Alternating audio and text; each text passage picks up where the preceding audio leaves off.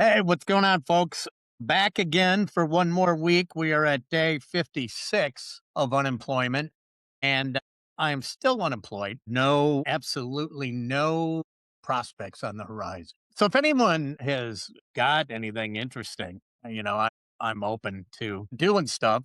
I'm going to be a little particular. I'm not going to lie, but I am open to doing some things. So today on the show, first of all, I want to thank you for all the people that are reaching out through the website, drewandkb.com, contacting me and saying they miss me in my previous iteration. I miss it too. And I miss working with Drew. Hopefully one day we can put the band back together. While we're at it, though, before we get going, let's check in on the Kenneth Cam, shall we? I think we should. There we go. Back to me. All right. So I'm going to talk about the Grammys and some of the things we saw last night or didn't see, like Chappell Roan's top, but also my top five. And I'm going to run down my top five favorite or best songs that won the Song of the Year or Record of the Year. One is for the songwriter, one is for the artist. So my goal with this show is to keep it under an hour and then give you little tastes and clips out there. If you haven't subscribed to the YouTube channel already, please do share it with people. If you have people that were, fans of the previous show, say, hey, KB's still out there. I get that question a lot. What are you doing? Where did you go? Takes people a while to figure out where you are. And this is where I am, at least for the time being. And if you know people, say, hey, spread the word, give them the link. Hopefully they'll subscribe. I'll get more viewers, and next thing you know, we'll really start to get rolling. I do want to thank Jimmy Dore because it's great to have 272 followers on your YouTube page and a friend who's got 1.7 million. So hopefully that'll get some robust activity over here. But nonetheless, we're going to get into. There's Kenneth again. He's just checking out the window. We did get something from the Amazon guy, so he's pretty upset about that. You know what I got from the Amazon guy? And he got a puzzle. Here, I'm going to show you right here. This is what I did this weekend. Right here, that is a Lego of Elvis. So my son got that for me a couple of years ago, and I finally put it together. For the longest time, several years ago, I was totally into doing jigsaw puzzles to the point of obsession. I do recall one day that, that's part of the ADHD thing, which I said I've been, you know, I wouldn't say struggling with, but since I was a kid. But one thing that I used to do is I got into jigsaw puzzles several years ago. And when I lock into something, it becomes an obsession. Now, it's probably not an obsession for very long, hence the ADHD part. But I would lock into them pretty heavy duty, and you couldn't drag me away from them.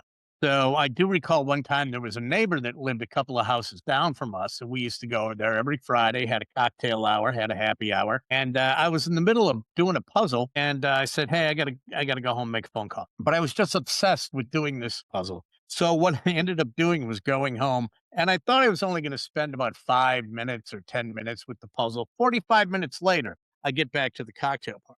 Now, this is in the summertime and it's kind of warm out. So we're sitting around, they had a pool and we're sitting around the pool. And my wife, Miss Sue, looks at me and she goes, "You were working on the puzzle." I said, "No, I was on the phone for a while." She goes, "No, you weren't. You were working on or not the crossword, the jigsaw puzzle." I said, "No, I wasn't." She goes, "Yes, you were."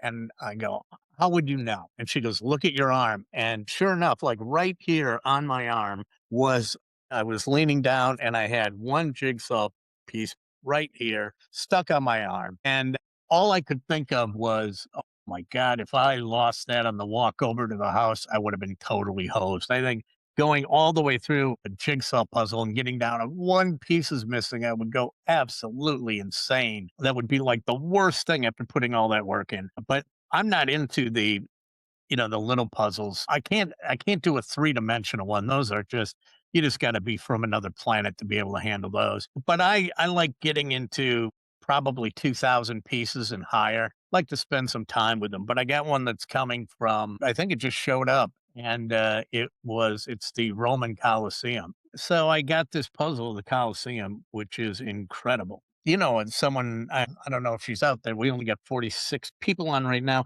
but our friend Marlo, who's a regular visitor. If she's there, let me know if she saw the video I did for her yesterday or last week. I played it last week, and Marlo is a big fan of Italy, and as you can see with the video, if she's going to be out there, I will play it again. And she made a request that I do video because I had like strawberry blonde women talking about the show. And she said, well, why don't you do one for us women out here? Of how about a police officer from Milan, which I did, and put her in the middle of it. So hopefully she saw it. But after I get after I get done with the news, what I'm going to do is I'm going to jump into the Grammys and what we saw last night. I have very specific opinions about the Grammys that Hollywood, any of the industries that involve entertainment, I think they're completely out of touch. I think they've lost touch with reality. I don't subscribe to the Ricky Gervais school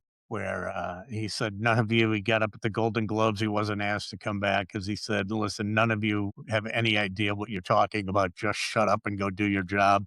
He said, he goes, every last one of you out there, complains about Al Qaeda. But if your agent came to you with a part in a documentary on Netflix, you'd all jump at it. So, he was right in picking out the hypocrisy. But so I will get into the Grammy review, and I'm starting my weight loss journey again.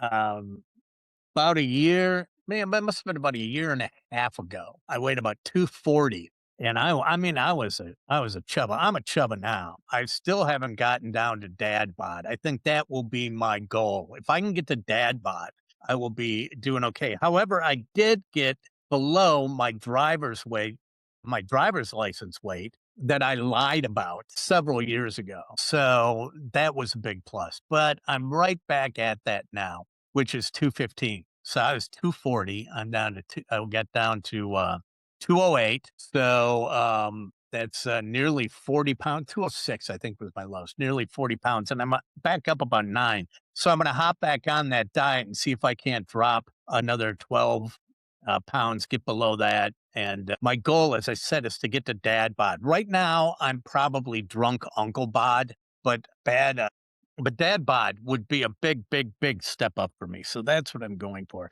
But the weight loss program that I was on, and I can't say who it was because that would be giving promotion to a former advertiser, which I cannot do. But the program is not tough, but it just makes all the sense in the world. You're not really starving yourself. You're just doing what you're supposed to do, managing portions, getting rid of processed foods, no processed sugar. I'm not a big fan of not being able to drink while it's going on, but I have changed from the Manhattan to just bourbon, big rock and some bourbon, because then I'll sip that a little bit more. You put the sweet vermouth into the brown mumbler, and you can just hammer them. So I'm going to, something that's a little more sippable, and we'll just see that. So I can still have my bourbon, but I'm gonna weigh in tomorrow, and then we'll start tracking it. And that's the only way you can really lose weight, is to be held accountable. Because if you don't,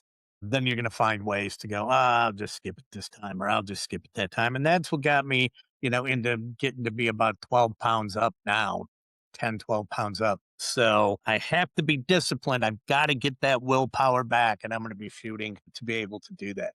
But what we're going to do right now, let's go to the news. In the news, of course, it's Groundhog Day, and Punxsutawney Phil came out of his groundhog hole and saw his shadow. And that means when he sees a shadow, that means that there's 6 more weeks of winter. And so Punxsutawney Phil, in looking at it a little bit deeper, I did realize that in investigating that Punxsutawney Phil, what he does is he's only right 35% of the time. 35% of the time. Now, in baseball, that would probably get you into the Hall of Fame. But in terms of animals, predicting the continuation of winter, he ranks 17 out of 19. The only people he has surpassed is Woody the Woodchuck and Mojave Max, which is a tortoise. And they are he's tied with Woody the Woodchuck. Staten Island Chuck is a groundhog. He's up there at number 1 in New York. He's at 85%. But the interesting thing is when you take a look at the 17 in front of him, this has got to be tough if you're Punxsutawney Phil. Now, I know that you are the figurehead of the groundhogs that predict winter. And yeah, they made a movie about it, but you got to be better than 35%, especially since there are three ahead of him that are at 39%, 47%, and 50% correct. And each one of those three, I'll give you the names right now. It's Poor Richard, Uni the Groundhog, Wow, Snowgadall Sammy. All three of those are taxidermied. They don't even live, and they're beating Punxsutawney Phil. If I'm Punxsutawney Phil, that's got to be the worst thing in the world to lose to taxidermied groundhogs. It has got to be the absolute worst. That has got to be so humiliating. But 35%, that's it. 3 out of 10 times he's going to be right. 7 out of 10 he's going to be wrong. I personally, when you get to February, hopefully the weather breaks. I always break down my winter into little segments so I can get from one segment to the next. So, Christmas starts out with from Thanksgiving, which is not really winter, but it can be chilly. And you go from there to Christmas and New Year's, the holiday season. So that's the first one you have to get through. When you get into January, right? You go from January. I always go from January to the Super Bowl, and the Super Bowl is like the second one, and that's what we're coming up on. The Super Bowl, of course, coming up this Sunday. This third section is a little smaller. It goes from the Super Bowl to when pitchers and catchers report for spring training, which that, hope springs eternal there, right? You get spring training going on and you're going, hey, we got something going now. It's almost over. And then spring training to March Madness, which is a couple weeks later. And then March Madness to opening day. And once you get there, the winter's over. So it's easier to stomach when you break it down into these little segments. In the other news that we have out there, Savannah Guthrie's mother is missing. I saw this morning, and then I watched the police captain do his press conference on YouTube, and it's a very, very tragic situation. She's 84 years old. Now, they said that she was reported missing. She was last seen at the house on Saturday night, reported missing about noon on Sunday. Now, the first place that my mind went was she was someone that may be getting up older in age and might have early forms of Alzheimer or some sort of dementia. But they said, nope, she may have some physical ailments that restrict her mobility. However, she is of complete sound mind and body. So when the press conference was on, and of course, we didn't get a lot of information out of it, but the police chief said, well, we went in. We had a lot of people that looked. They looked overnight. When we were walking around the house and looked at everything, we came to the conclusion that we could send the people home that were looking for her because it has turned into from a missing persons investigation, and the house has turned into a crime scene. It's a criminal investigation. We do, in fact, have a crime. That's all he would say. It's unfortunate of a situation, but she lives in Tucson. And I wonder what would happen in the media. Well, first of all, I hope to God it's not an abduction. But I am curious to see if a crime has been committed against her, if it is committed or was committed by someone who was here illegally, and to see how the media would handle that. Because, of course, anyone who does anything in the immigration area or talks about it in any way, shape, or form, they're immediately canceled or banished or what have you, insensitive. And the media gets on that soapbox. So when one of their own, if something happens, I will be very interested to see how they address that. Savannah Guthrie is not talking. She had a prepared statement and she thanked everyone for their support and their prayers. And again, our prayers are going out. My mother is 84. She is a very good sound mind and body. Hopefully, I mean, she's not going anywhere soon. And she has very strong locks on her door, even though she lives in a small town. She has very good locks on her door. So that is vitally important. And I'm very happy about that. A government shutdown looms. Now, I haven't seen this. I know the government was supposed to shut down around 1 o'clock today, but another government shutdown looms.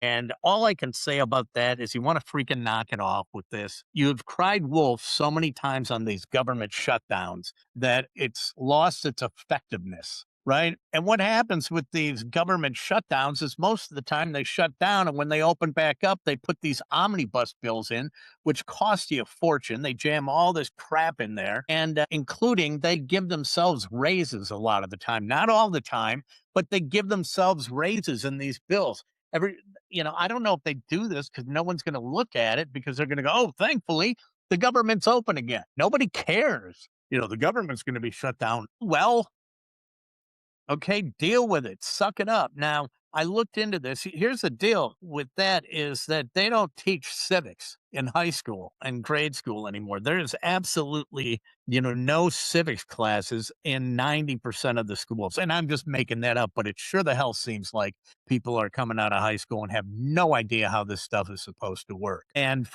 I looked into it, and both are responsible for it's that system of checks and balances. The House of Representatives has 400 and some representatives based on population, and the Senate has two per area. And it's really the role of the House to pass the bills or to, write the laws, pass the bills, then hand it on to the Senate who checks it. And the Senate's in charge of appropriations. Well, what does that mean? The Senate has to set the budget. Now we are, I don't know how many freaking trillion in debt, probably in the 30s. I mean, you're never getting out of this. I mean, we're just not. You can't squirrel money away and get out of 30 some $1 trillion in debt. But what I did realize, and I did some investigating on this, the Senate's supposed to put forth the budget. The Senate has not taken a budget to the floor since 1997. My son was born in 1994. They have not done a budget since 1997. That's almost 30 years ago. So basically, the Senate is spending money and the government is spending money like I did when I got my first job out of college. It's like, oh, I'm not going to worry about balancing a checkbook. I'm just going to write checks. Here we go. Going to Kelly's up for some drinks. Here's $20. Get another check. Now that was a long time ago. That was the 80s. $20. You could drink all night on $20. But it was like, oh, yeah, we'll just write checks and then we'll figure it out later. And that bit me in the ass because the guy who owned Kelly's decided he was horrible at cashing checks, right? I'm probably 25 years old, don't have a lot of money. And all of a sudden he decided to go up into his desk and start cashing checks. 32 of my checks for about $700 hit all at once. It's like, geez, David, what are you doing here? You're killing me. But that's basically what the Senate's doing. They just go, we're not going to go with a budget. Just that. Here we go. And we're just going to spend money. Well, no wonder it's a ship show, right? So government shutdown, I don't care. And by the way, they still get paid. Of course, they still get paid. And the other thing that people don't realize is when the government reopens, everyone who was furloughed or didn't get to go to work, they don't lose any money. They get back pay. So they're just basically getting a vacation.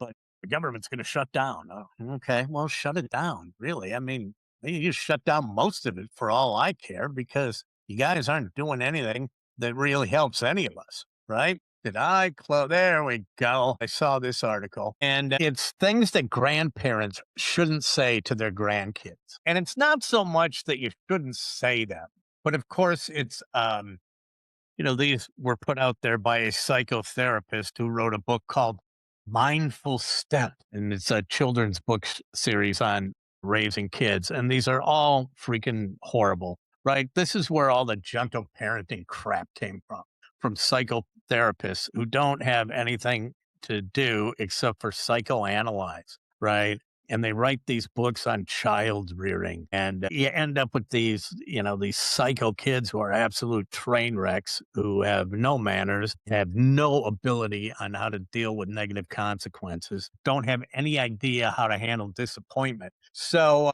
here we go. The one is don't tell your parents. Grandparents should never say that to your kids. Don't tell your parents. Well, why? And usually, it's not like they took the kid out on a jewel heist, right? Or grandpa, went to an Asian massage parlor and left the kid out in the car and then said, hey, don't tell your parent. No, no, no, no, no. No, it's like grandma's going to give you a cookie, an extra cookie or grandpa's going to give you $1. And they go, don't tell your parents. Well, this psychotherapist came out and says, no, no, no, you don't want to do that because that undermines parental authority, which can have long-standing consequences. No, it really doesn't. Grandpa gave you $1, right? Grandma gave you an extra cookie. That is not undermining the parent's authority. I mean, there are bigger things you can do to undermine the parent's authority. But yeah, so don't tell your parents. No, no, no, thank you. I'm not buying it. You can say that, Miss Psychotherapist. Number two. Now, I will agree with this next two. I grew up as I was a chubby kid, man. I was in the husky section of Sears all the time. I'm a chubby adult now. I went back, everything goes full circle, but I was a chubby kid. And so this one I kind of agree with. If you haven't seen anyone, your grandchildren for a while, they say, don't say, you're getting so big. Have you put on weight? Okay. Now, I will agree that you take the last half of that off, even if he's a big old chubba. You don't want to say, hey, you put on weight. You don't want to say that to anyone. But kids grow, right? And kids like the fact that they're developing and they're growing and they're getting bigger. And maybe grandma and grandpa live on the other side of the country and they haven't seen you in a long time, and you shock them because last time they saw you, you were this high and now you're that tall. Wow, are you getting big? There's nothing wrong with that. But if you say things like, but they're saying if you make any comments on their physical appearances, well, that is going to give them a bad body image. Well, hell, you don't call someone fat for God's sakes. But when a kid is growing, you're getting so big. Now, when they're your grandkids and they're in their 40s, you don't go, ooh, you're getting so big. No, no. Even in their 20s, you don't do that. Now that's offensive. But you can tell an 8-year-old when they see you again when they're 10 that they're getting so big. Now, here we go. Here's another one. They say, wow, you ate more than I did. Okay. I'm going to go back to the whole growing boy thing. Yeah, kids sometimes will eat more. It's not like he ate a whole chocolate cake in front of you or she, right? Wow, you ate more than I did. Well, that is going to bother him because let's see, what does it say?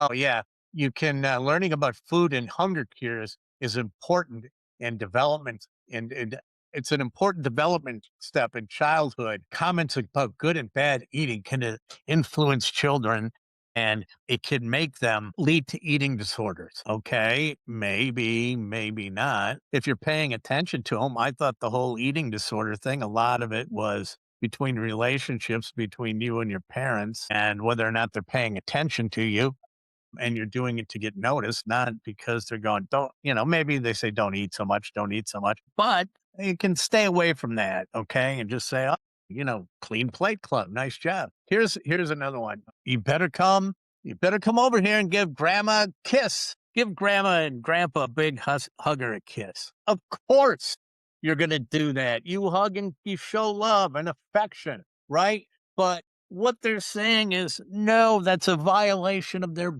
boundaries. Maybe, just maybe, if kids got more hugs, they wouldn't be the train wrecks they are. Bring it in. Come on, let's hug it out. Oh, you look so big. My son is 31. And when he leaves and when he goes back to Boston or when he went away to school, all of that, it was a big bear hug, right? It wasn't just a pat on the back. It was a bear hug. I mean, it was a little bit of a squeeze. You love your kids. You love your grandkids. And they say, oh, maybe you just suggest other ways to connect, like waving or giving a fist bump. It's like, all right, come on over here, give grandpa some, and you fist bump him. No, come on, give him a hug, right?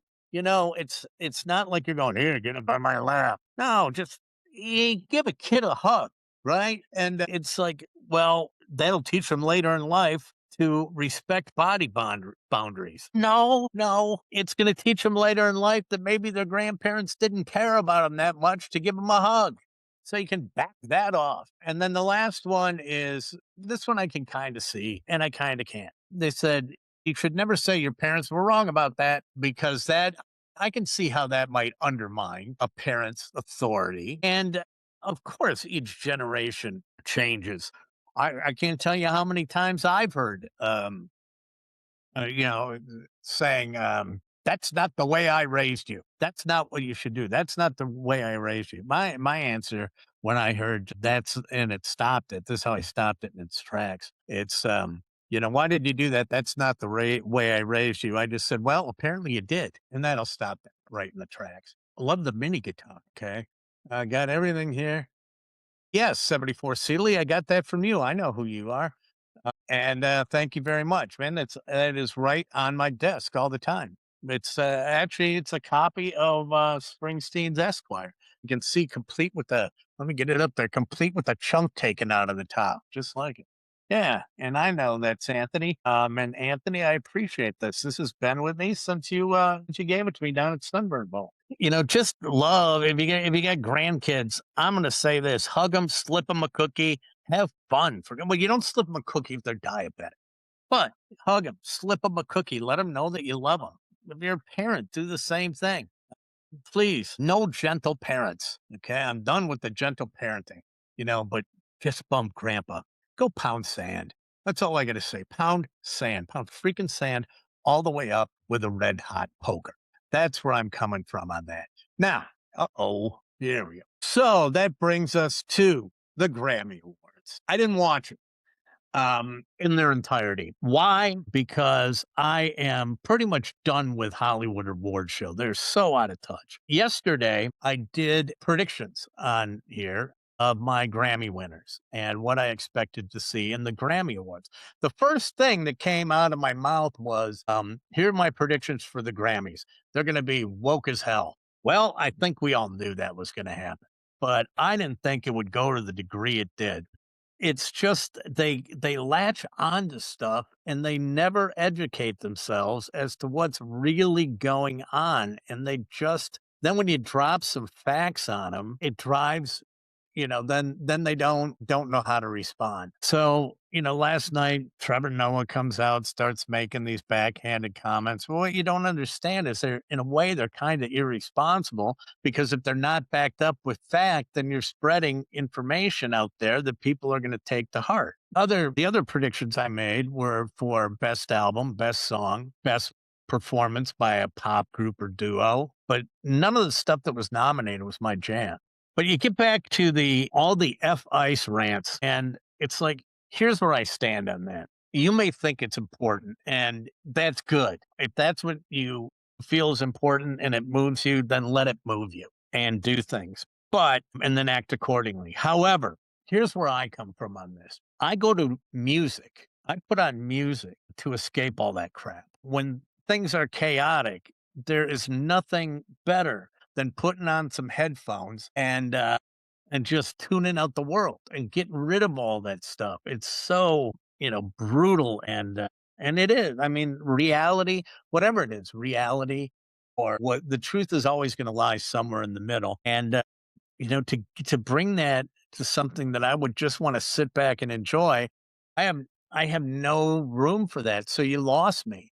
And it doesn't have to do with anything political. It has to do with the fact that don't bring it here. When I was doing the radio show, we had, a strict rule of don't touch anything political in nature. Now, from time to time, you might dip your toe into it as a smart ass comment. But our rule was you don't talk about anything like that because people aren't coming to you for that. I'm going there to see the latest in music to hear and I'm going to get to that in a little bit. See what people are wearing. Definitely get into that. But it's, to bring that all to to the stage and when you're accepting awards, it's like, come on, accept your award, say that you're proud of the people around you and don't use it as a platform for that. Marlon Brando, I think, kind of ruined it back in the early 70s. And I shouldn't say ruined it, but he was the first one to do it when he went up to accept an award for, I believe, Best Actor. And he went with Indigenous American. Is that what you're supposed to say now? To talk about and bring attention to the way that they were treated, which is fair. But again, that's one of those don't bring it into the award show things in my in my humble opinion. Brings me to the absolutely roasted on Reddit, and I knew I would, but Springsteen wrote the Streets of Minneapolis song. And most protest songs are kind of angry. And which is fine, and that's what a protest song is for. That's Woody Guthrie, right? That's, there's a long history of people that use music to speak out, but this one kind of felt forced and contrived, and, so I went out and, I put it on Reddit and I said, "Did anyone else feel like this?" Got absolutely crushed, but I figured I would. But the bottom line is I go to all that stuff to escape and not to have be inundated with it, and that's where you lost me. So this morning, I went back and I watched some of these segments on YouTube just so I could see what happened and just so I could see what won. We'll get to my predictions. My first prediction was in looking at it and all the things that were nominated, I said Bad Bunny is going to win stuff because that's just what they were going to do. I'm sure that there were people going, it's time for us to give an award to Latin American singers. It is. He's from Puerto Rico and American territories. You can sit back and say he's not an American. He's totally an American. So, but I have no idea whether that album is good or not. The only thing I don't know what the lyrics are. And, don't the argument that was thrown at me when he was named the halftime performer is, well, he's the biggest star on the planet right now. He's got more streams on Spotify and the streaming platforms than anyone else, which may be true. And you can't argue with that. But that doesn't mean I have to like it. Right. That doesn't mean, okay. That doesn't mean I have to like that halftime show. There was halftime shows that I've liked in the past, right? But I'm not going to when they say this is gonna be the halftime show and I'm not into it, I'm not gonna sit there and go, "Ooh, I'm into it because he's the biggest star on the planet." I would argue that, Taylor Swift is saying, "Hold my beer," but she wouldn't do the halftime show anyway. She has no reason to do it. But I did say Bad Bunny was gonna win, and he sure did. He won for Best Album of the Year. And then got up and said, "F ICE, F ICE, F ICE." And got everyone chanting that, and it's like, "Come on, people." Don't bring that there. But I'm kinda surprised at how much, people don't know, and just one fact, and I'm just gonna throw it out there, I'll leave it up to you to go look it up. But everyone is they wanna just absolutely take Tom Homan apart. He's the most evil man ever, and, I don't think you know this. Most people don't know this, but Tom Homan was given one of the highest presidential medals for service to his country by Barack Obama. And that medal was service to his country as the associate director of ICE. So I suppose he got promoted and just turned into Satan. But, there's a time and a place for this stuff, Bad Bunny and Billie Eilish, and it's not at these award show, but they don't care whether or not I tune in. I'm old. I don't get it. So then we get to the song of the year, the record of the year, which was Luther by Kendrick Lamar. Again, that's not my style of music. So I am not educated enough or well versed enough to know whether it was good or it was bad.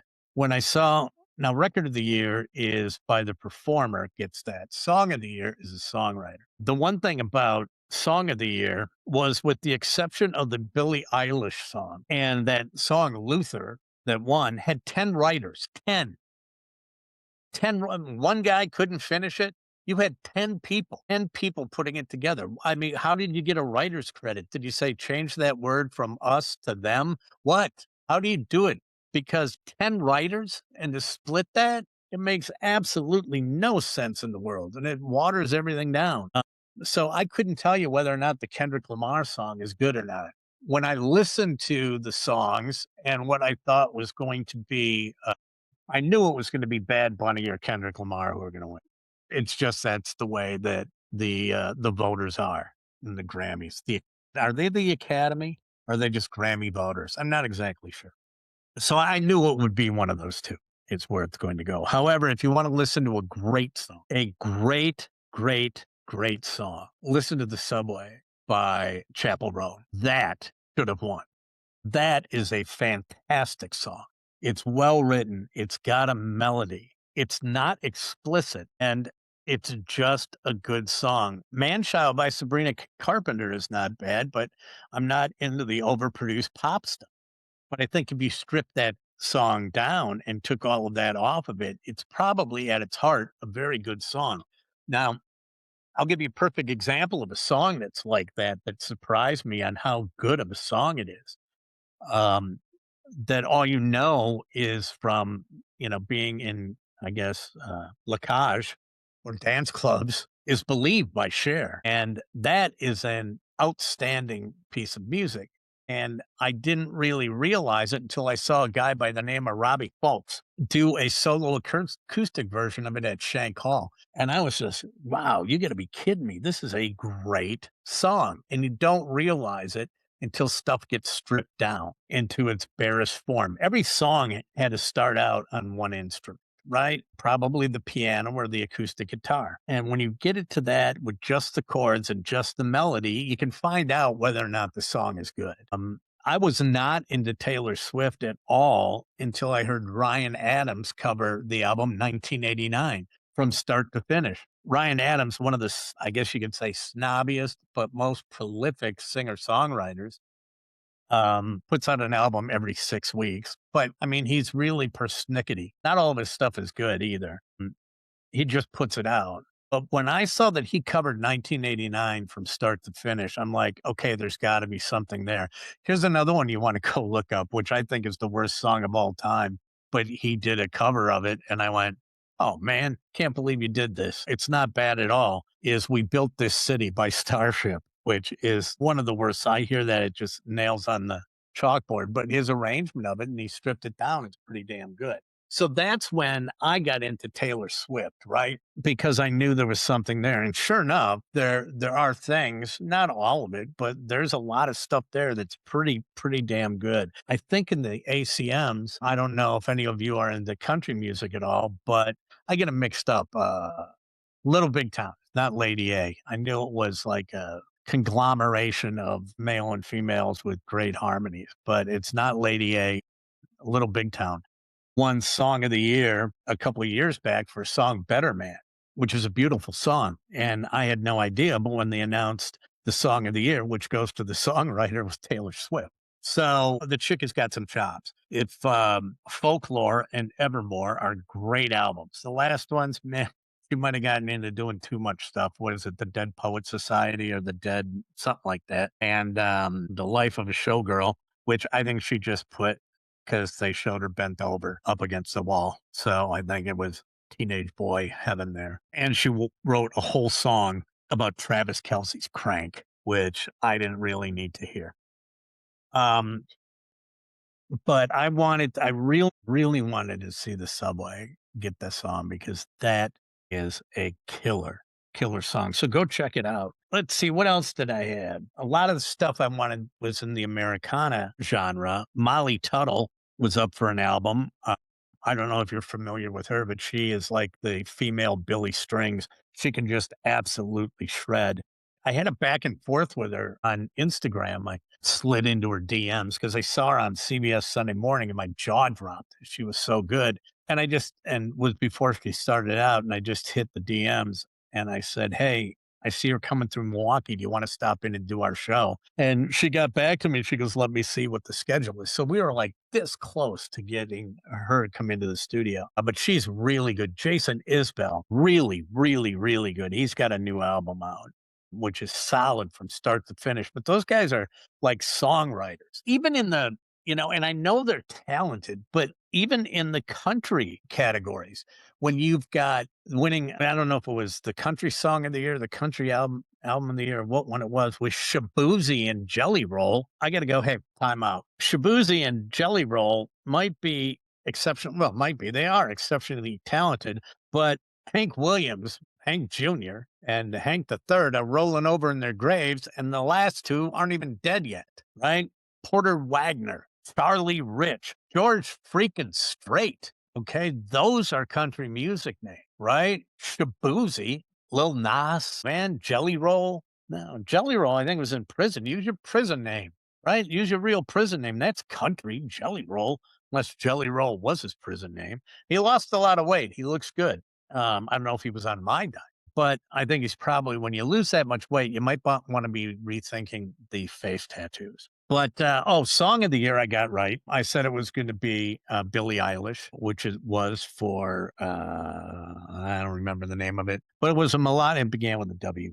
It was a very melodic song, very, very and as we go see what Billie Eilish won the song for. But again, it's not anything I remember. And, let's see, what was the name of it? Here we go. Billie Eilish gets the award for ba ba ba ba ba ba ba ba. This is good when you're watching it live and oh, Wildflower. Okay, Wildflower. Yeah, but you start the whole, just what's going on. There's a story to tell. A lot of the other stuff, is there really a story there? I'm not exactly sure. And I'm going to go through my top five of the last 50 years. And when I was looking at the Grammys lost me in 14 when they gave Song of the Year or Record of the Year to Get Lucky by Daft Punk. And I went, you got to be dry shaving me. Gonna stay up all night and gonna stay up all night. That is sure, it's a good dance song.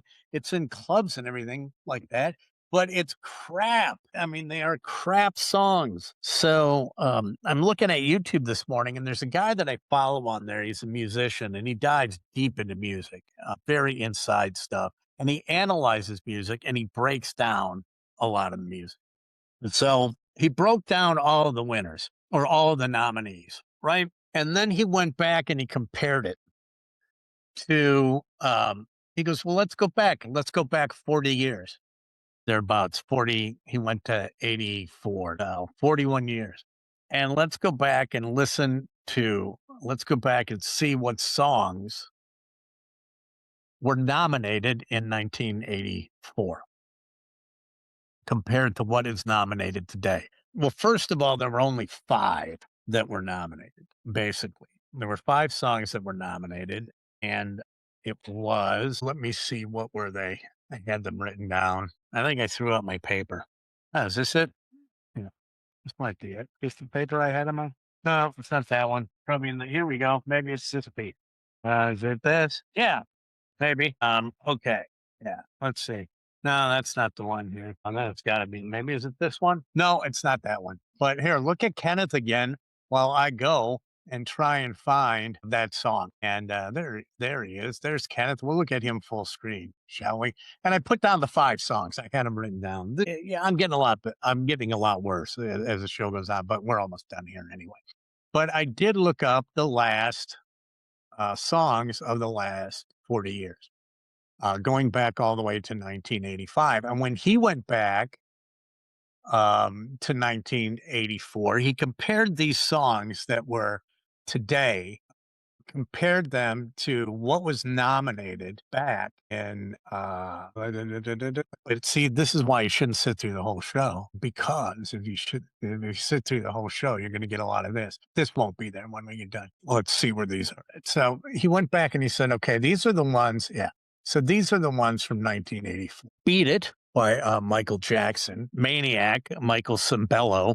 You can have that. Beat It, Michael Cimbello, who was Every Breath You Take, All Night Long.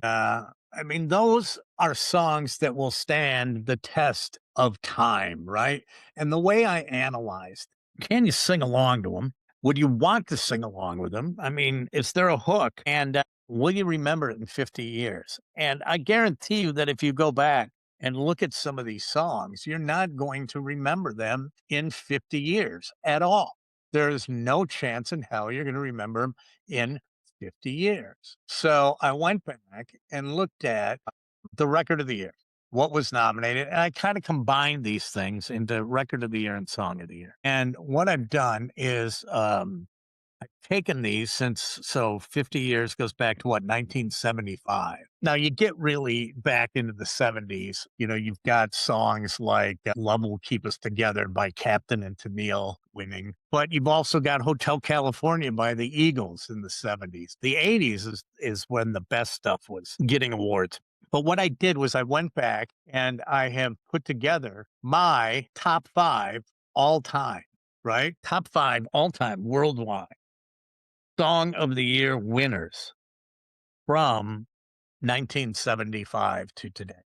We should know most of these songs. And, classic rock songs, it's really wild when you put it in perspective.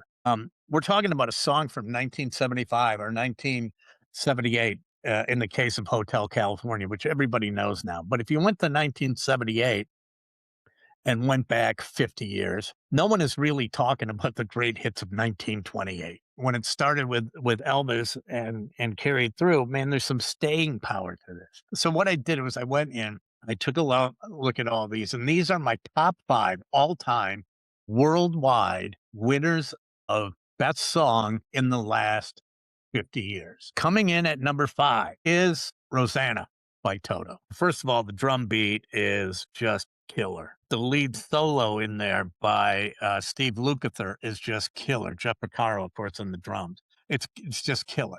And now Rosanna is a staple in every yacht rock band that plays out. I mean, that's it. It's almost like it could be like the final number. It's either that or Africa, right? So Rosanna comes in at number 5 for me. Coming in at number 4, and this is where it gets really hard, Coming in at number 4 is Adele, Rolling in the Deep. What do I love about this song? It just drives. It's just solid. Again, it's melodic. Her voice is incredible, but that thump, it just carries you. Once you hear it, it gets in your bones. And as I shared before, I saw Adele in Vegas, and it was an outstanding show. She's incredible. Coming in at number 3 is one I just talked about, Hotel California. I have that on the list. It's a long song, probably about between or a little over 5 minutes, I believe. But again, at the end, the double lead with Glenn Fry and Joe Walsh, it's so memorable, right?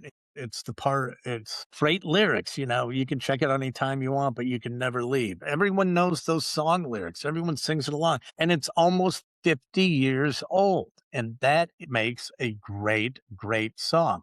Coming in at number 2, this album just crushed everybody. I think this might be tied for the most number 1 hits to come off an album with Fleetwood Mac Rumors. Beat It. Beat It won for Song of the Year. And you can't deny, say what you will about Michael Jackson, you can't deny his art. All right. Beat It is an incredible song. Everyone can remember that lick, right? Billie Jean was a hell of a song.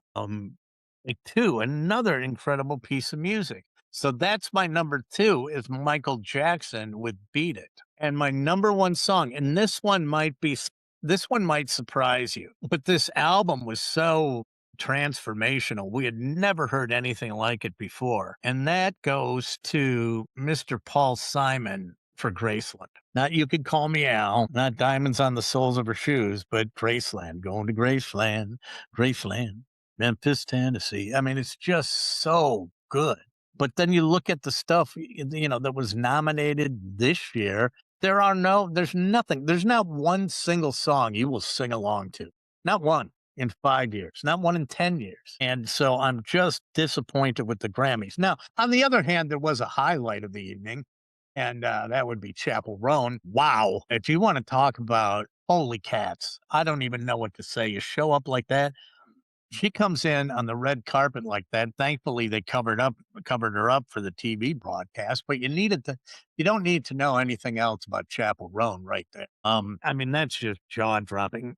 I mean, I thought the meat dress from Lady Gaga several years ago was something. The meat dress has got nothing on this. But can someone explain to me why Justin Bieber decided to go shirtless and sing his song? I do want to mention about the Grammys and I tweeted this last night. Is there anything Post Malone can't do? My God, I mean, he did all his pop music and kind of leans toward EDM or rap and killed it with that. Then he goes country and plays the Grand Ole Opry and kills it country. This guy is so freaking talented.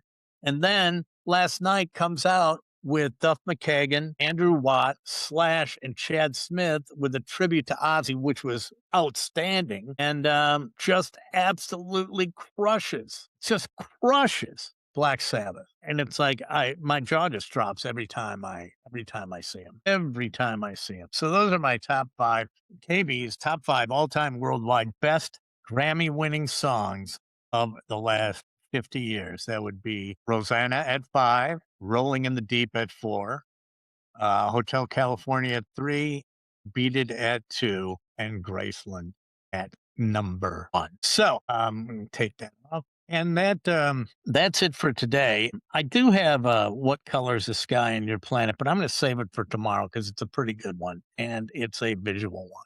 I do want to thank everybody for stopping by, and I mean, I appreciate the support. If you haven't subscribed, please do so already. You can just click on the buttons on the page. If you know people that used to listen to the show I was on, have them subscribe. I think it gets better every day. Give you an idea who we got coming up on the show this week. On Thursday, Pete Schwaba is going to be joining us. I don't know if you know Pete. Probably you might not. But Pete is another old comic friend, and then he went to LA and was a screenwriter, and he wrote a Guy thing. And he is also the writer, the screenwriter, and director of The Godfather of Green Bay, which he so brilliantly cast Lauren Holly in the female lead opposite him in the male lead and wrote in a love scene. So God bless him. But Pete Schwab will be on Thursday, and then we got a couple other surprises coming up. So thanks for stopping by. Tell people to hit the channel. I'm breaking these out into little clips so they're snackable content. And until I speak to you again, make good choices.